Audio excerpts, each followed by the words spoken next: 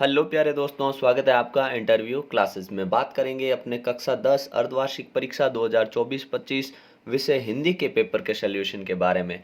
Channel पे नए हो तो चैनल को सब्सक्राइब जरूर कर लीजिएगा, क्योंकि यहाँ पर आपके लिए सभी विषयों के पेपर है वो अपलोड किए जाते हैं। इसके बाद में आपके सामाजिक, जिसमें आपको मैप कैसे करना है, किस प्रकार से आपको क्वेश्चन करने हैं, वो सारे आपको यहाँ पे पेपर्स मिल जाएंगे। उसके बाद में जो आपके संस्कृत है, फिर आपके राजस्थान की शौर्य परंपरा है, फिर मैथ्स के तो शानदारी कॉन्सेप्ट और बहुत ही बेहतरीन पेपर्स आपको यहाँ पे मिलेंगे, जो आपके एग्जाम में हूबहू क्वेश्चन आपको देखने को मिल जाएंगे। ठीक है, तो चैनल को सब्सक्राइब जरूर करिएगा, दोस्तों के साथ वीडियो को शेयर करना बिल्कुल नहीं भूलें। और आपके जो 10th क्लास के मॉडल पेपर हैं उनके सल्यूशन यहाँ पे आपको मिल जाएंगे। वीडियो के डिस्क्रिप्शन में प्लेलिस्ट है, वहाँ पर आपको मिल जाएंगे। चैनल पर आपके जो मॉडल पेपर है बोर्ड ने जारी कर दिए, ताकि आपका बोर्ड में कैसा पेपर आएगा उसके अकॉर्डिंग मॉडल पेपर अपलोड कर दिए, उनका सल्यूशन मिल जाएगा। ठीक है, चलिए देखते हैं अपने इस पेपर के सल्यूशन के बारे में।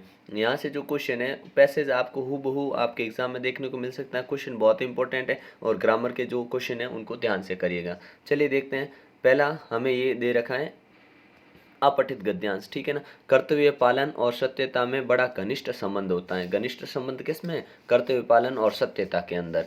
जो मनुष्य अपना कर्तव्य पालन करता है वह अपने कामों वचनों की सत्यता में भी बर्ताव रखता है। ठीक समय पर उचित रीति से अच्छे कामों को करता है। और सत्यता ही एक ऐसी वस्तु है जिससे इस संसार में मनुष्य अपने कर्मों में सफलता पा सकता है। इसलिए हम लोगों को अपने कर्तव्यों की सत्यता को सबसे ऊंचा स्थान देना चाहिए। झूठ की उत्पत्ति पाप, कुटिलता और कायरता के कारण होती है। ठीक है ना, झूठ की उत्पत्ति क्यों होती है? पाप, कुटिलता और कायरता के कारण। बहुत से लोग नीति और आवश्यकताओं को के बहाने झूठ की बातें करते रहते हैं। वे कहते हैं कि इस समय को प्रकाशित न करना, दूसरी बात को बनाकर कहना नीति के अनुसार समय अनुकूल और परम आवश्यक है। ठीक है, अब ये पैसेज पढ़ लिया, अब क्वेश्चन देखते हैं। गद्यांश का उपयुक्त शीर्षक क्या होगा? तो शीर्षक हो जाएगा सत्यता। ठीक है ना, सत्यता कह सकते हैं, क्योंकि इसमें सत्यता की ही बात की जा रही है, अच्छे कर्मों की बात की जा रही है। ठीक है, फिर मनुष्य में संसार में मनुष्य को सफलता दिलाने वाली वस्तु क्या है? तो हमने अभी ऊपर पढ़ा कि सत्यता ही एक ऐसी वस्तु है, तो लिख देंगे मनुष्य को संसार में सफलता दिलाने वाली वस्तु सत्यता है। बस इतना ही लिखना अपने को। सही आंसर क्या है? इतना ही है। ठीक है ना, ध्यान रखिएगा। झूठ की उत्पत्ति किन दुर्गुणों से होती है? झूठ की उत्पत्ति पाप, कुटिलता और कायरता के कारण होती है। ठीक है ना, अगला है लोग झूठ बोलने के लिए किस बहाने का उपयोग करते हैं? तो लोग झूठ बोलने के लिए लोग नीति और आवश्यकता के बहाने की बात करते हैं। ठीक है, अगला देखते हैं अपने अपठित काव्यांश मिलेगा। ठीक है, क्या है? हार कर क्यों शीश अपना मैं झुका दूं, मैं सफलता पर अटल विश्वास हूँ।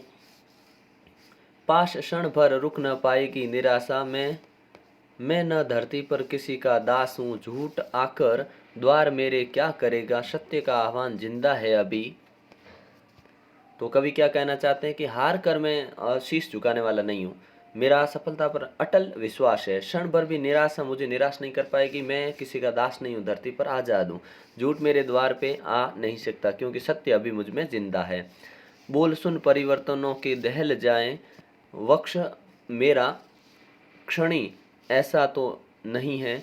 पथ विमुक्ता नागदशों से न होती, अर्चना जिन ध्येय को अभी भी वही है। मृत्यु आकर मेरे क्या करेगा, सांस का सामान अभी जिंदा है। ठीक है ना, तो देखिएगा अब इनके अनुसार, मतलब पूरा जो पैसेज है वो चल रहा है आत्मविश्वास या कह सकते हैं आशावादी भाव चल रहा है कवि के अंदर। ठीक है, तो देखते हैं अपने किस प्रकार से करना हमको। कवि हार के सामने सिर क्यों नहीं झुकाना चाहता?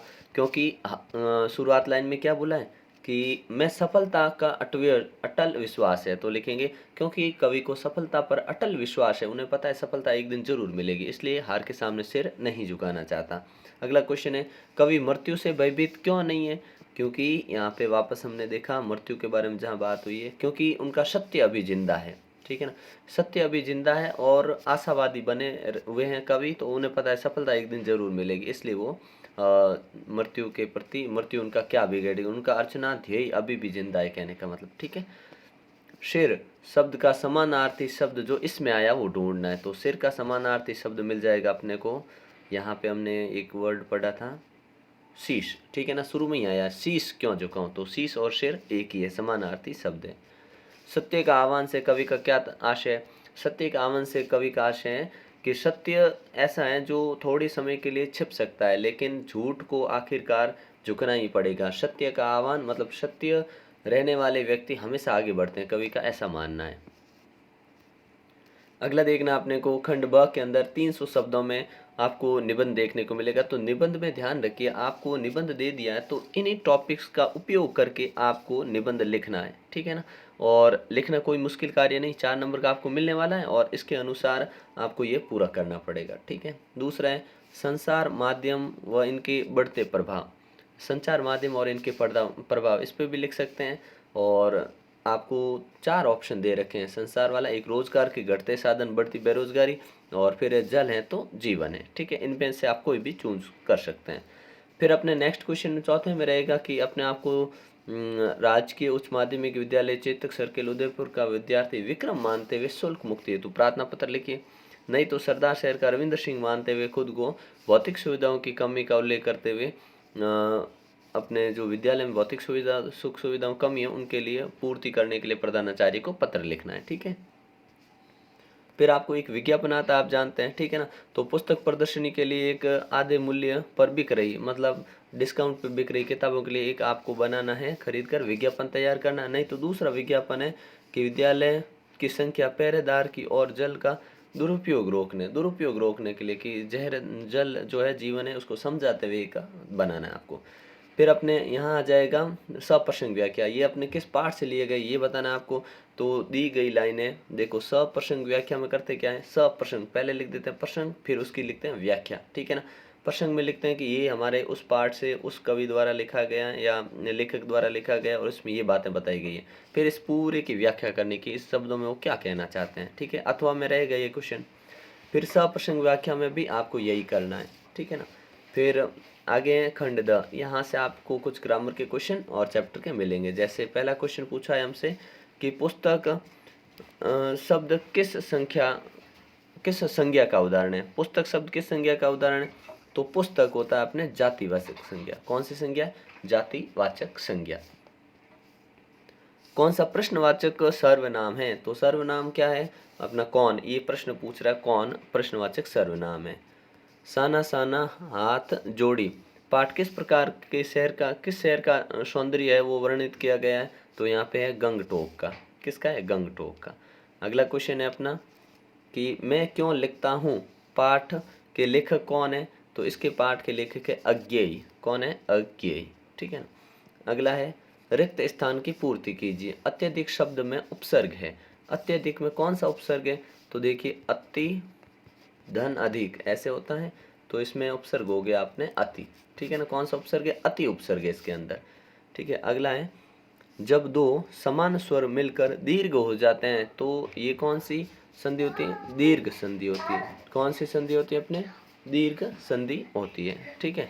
अगला है प्रतिदिन यथाशक्ति शब्दों में समास है, तो इनमें समास कौन सा है, तो इसमें समास है अव्ययी भाव, अव्ययी भाव। क्योंकि आप जानते हैं कि प्रति शब्द और यथा शब्द ये दोनों क्या है, अपना रूप चेंज नहीं करते हैं, ठीक है ना। अगला क्वेश्चन है सकर्मक क्रिया किसे कहते हैं। क्रिया दो प्रकार की होती है कर्म के आधार पे, ठीक है ना, सकर्मक अकर्मक। सकर्मक क्रिया जिसमें कर्म की आवश्यकता होती है या जिसमें कर्म होता है उसे हम सकर्मक कह सकते हैं, ठीक है ना। कर्म की अपेक्षा रहती है, कर्म पाया जाता है, सकर्मक। अकर्मक क्या होती है, जिसमें कर्म नहीं होता है। अगला है अपने आंख फेर लेना मुहावरे का अर्थ क्या है, तो आंख फेर लेने का मतलब होता है अपने सीधा शब्दों में बोले तो प्रतिकूल हो जाना या विपरीत हो जाना या विरुद्ध हो जाना, ठीक है ना, आंख फेर लेना, ठीक है। अगला है वाक्य में प्रयोग भी कर सकते हो, ठीक है। जैसे मुझे मेरे मित्र की आवश्यकता पड़ी, उसने मुझसे आंख फेर ली, ठीक है। संबंध बोधक अव्यय किसे कहते हैं, तो दूसरे शब्दों से संबंध जो बताते हैं ना उन्हें संबंध बोधक अव्यय कहते हैं, ठीक है ना। उनके साथ क्या संबंध है, ठीक है ना, इसको या फिर ऐसे कह सकते हैं ऐसे अव्यय शब्द जो संज्ञा और सर्वनाम के बाद आकर वाक्य में दूसरे शब्दों के बाद संबंध बताते हैं उन्हें संबंध बोधक अव्यय कहते हैं। गंगटोक को मेहनतकश बादशाहों का शहर क्यों कहा गया, क्योंकि ये शहर लगातार कार्य कर रहा है और यहाँ पे लोग बहुत मेहनती हैं।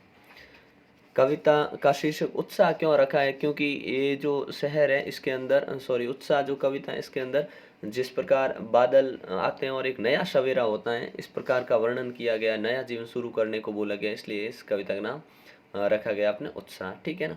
तो ये इस प्रकार के आपके आगे वाले जो प्रश्न हैं, छोटे छोटे और बड़े जो प्रश्न हैं, ज़्यादा समस्या वाले प्रश्न नहीं होंगे, ठीक है ना। और उसके बाद में आपको 24 से 40 तक यहाँ शब्द सीमा 40 शब्द दे रखे हैं। ऐसे क्वेश्चन भी आपको मिलेंगे आपके एग्जाम में जो 2-2 नंबर के हैं, ठीक है ना। आपका जो हाफ ईयरली का पेपर पैटर्न जारी किया उसमें इस प्रकार के सवाल हैं। तो ये सवाल इंपॉर्टेंट है, इन सवाल को आपको अच्छे से तैयार करना है, ठीक है ना।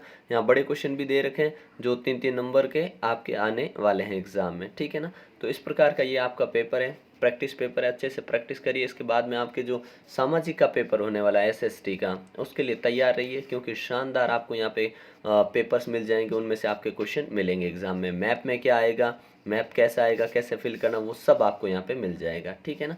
तो एग्ज़ाम के लिए आपको ऑल द बेस्ट, ठीक है। मिलते हैं अपने जो नेक्स्ट एग्ज़ाम है उसके पेपर में, तब तक बेहतरीन ढंग से तैयारी करते रहिए। जय हिंद, जय भारत।